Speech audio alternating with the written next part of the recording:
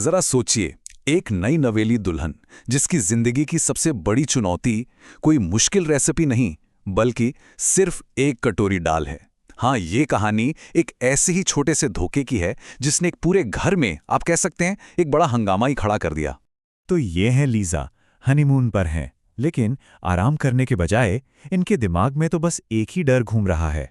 डर इस बात का कि कहीं उनकी एक छोटी सी कमी, एक छोटा सा सीक्रेट सबके सामने ना आ जाए। और यहीं पर पता है कहानी बहुत दिलचस्प हो जाती है। देखिए, लीजा की प्रॉब्लम ये नहीं है कि उसे खाना बनाना नहीं आता। अरे वो तो बढ़िया से बढ़िया रेस्टोरेंट स्टाइल डिशेस बना सकती है, पर रोज की दाल चावल सब्जी उसमें वो बिल्कुल कच्ची है। और मुश्किल ये है कि ससुराल में उम्मीद तो इसी की जा रही है। तो अब हनीमून खत्म होता है और होती है घर वापसी। और घर लौटते ही वही चुनौती दरवाजे पर दस्तक देती है जिसका लीजा को सबसे ज्यादा डर था। बहू की पहली रसोई। हाँ, तो उसकी सास उससे कहती हैं कि भाई पहली रसोई की रस्म निभाओ। और फरमाइश भी देखिए कितनी सिंपल थी, बस दाल, चावल और भिंडी। लेकिन लीजा के लिए भाई ये किसी बड़े इम्तिहान से कम नहीं था। और बस दाल का नाम सुनते ही लीजा के तो सच में हाथ पैर फूल गए। चावल तो चलो ठीक है, वो बना लेती, लेकिन दाल, ये एक ऐसा सवाल था जिसका उसके पास कोई जवाब नहीं था।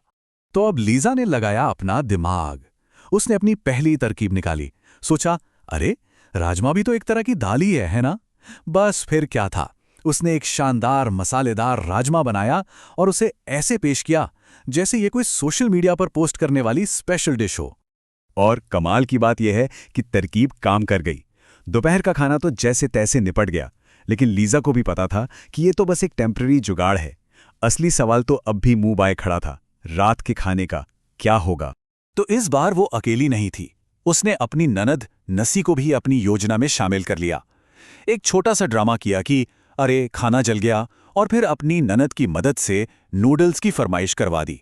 और बस एक सिंपल सा डिनर एक बड़ी सी चाइनीज दावत में बदल गया। तो एक दिन तो भाई जैसे तैसे निकल गया, बच गई लीजा। लेकिन सवाल ये है कि आखिर कब तक? चलिए अब देखते हैं कि अगले दिन ये जो दाल का ड्रामा है ये किस मजेदार और कंफ्यूजिंग मोड़ पर पहुंचता है। और हुआ भी वही जिसका डर था। अब लीजा के पास भागने का कोई रास्ता नहीं बचा था। सारे बहाने सब खत्म हो चुके थे और दाल बनाने की फरमाइश एक बार फिर उसके सामने आकर खड़ी हो गई। मतलब इस बार वो पूरी तरह से फंस चुकी थी। और इस बार सिचुएशन और भी ज्यादा मुश्किल हो गई। पता है क्यों? क्योंकि इस बार उसकी सास ने एक खास हिदायत भी दे दी। तू चावल के साथ तूर दाल बना ले।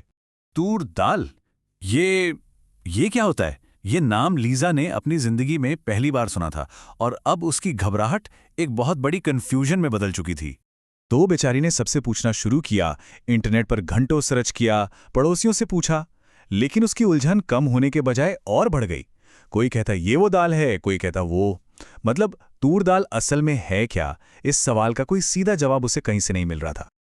आप सोचिए, घबराहट और बेबसी के उस आलम में लीजा के दिमाग ने बिल्कुल काम करना बंद कर दिया। और इसी हाल में उसने एक ऐसा फैसला लिया जो शायद कोई सोच भी नहीं सकता। उसने सोचा, जब पता ही नहीं चल रहा है कि कौन सी सही है तो सारी बना दो। हाँ, उसने रसोई में जितनी भी तरह की दालें थीं, मतलब 6 की 6, सबको एक साथ पकाना शुरू कर दिया। एक ही वक्त पर 6 अलग-अलग बर्तनों में 6 तरह की दालें पक रही थीं। और अब जरा उस सीन को इमेजिन कीजिए, जब पूरा परिवार खाने की मेज पर आया तो उन्हें एक ऐसा नज़ारा देखने को मिला जिसकी उन्होंने कल्पना भी नहीं की होगी। एक पूरा का पूरा बुफे जिसमें सिर्फ और सिर्फ दाल थी। इस दाल के महाहंगामे के बीच लीजा पूरी तरह से टूट गई। अब झूठ और बहानों का ये जो बोझ था वो उससे और नहीं उठाया जा रहा था और उसने फैसला किया कि अब वो सच बोलेगी।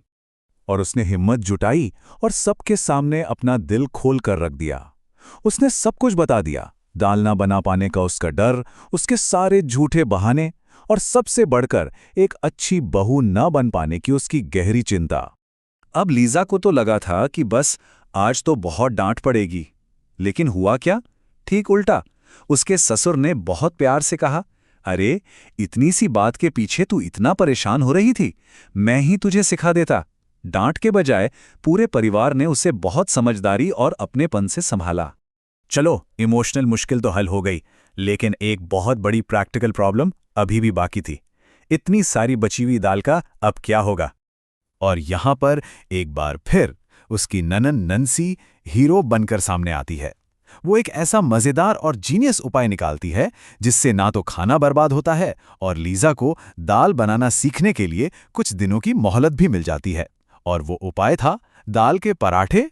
तो लीज़ा की ये कहानी, जो एक कटोरी दाल के डर से शुरू हुई थी, आखिर में हमें एक बहुत बड़ी बात सिखा जाती है। इस दुनिया में जहां हर कोई परफेक्ट दिखना चाहता है, शायद सबसे बहादुरी का काम यही है कि हम ये मान लें कि हमें कुछ नहीं आता। अपनी कमियों को छिपाने के बजाय उन्हें स्वीकार कर लेना, शायद यही वो रास्ता है जो हमें दूसरों के दिलों के सबसे करीब ले जाता है।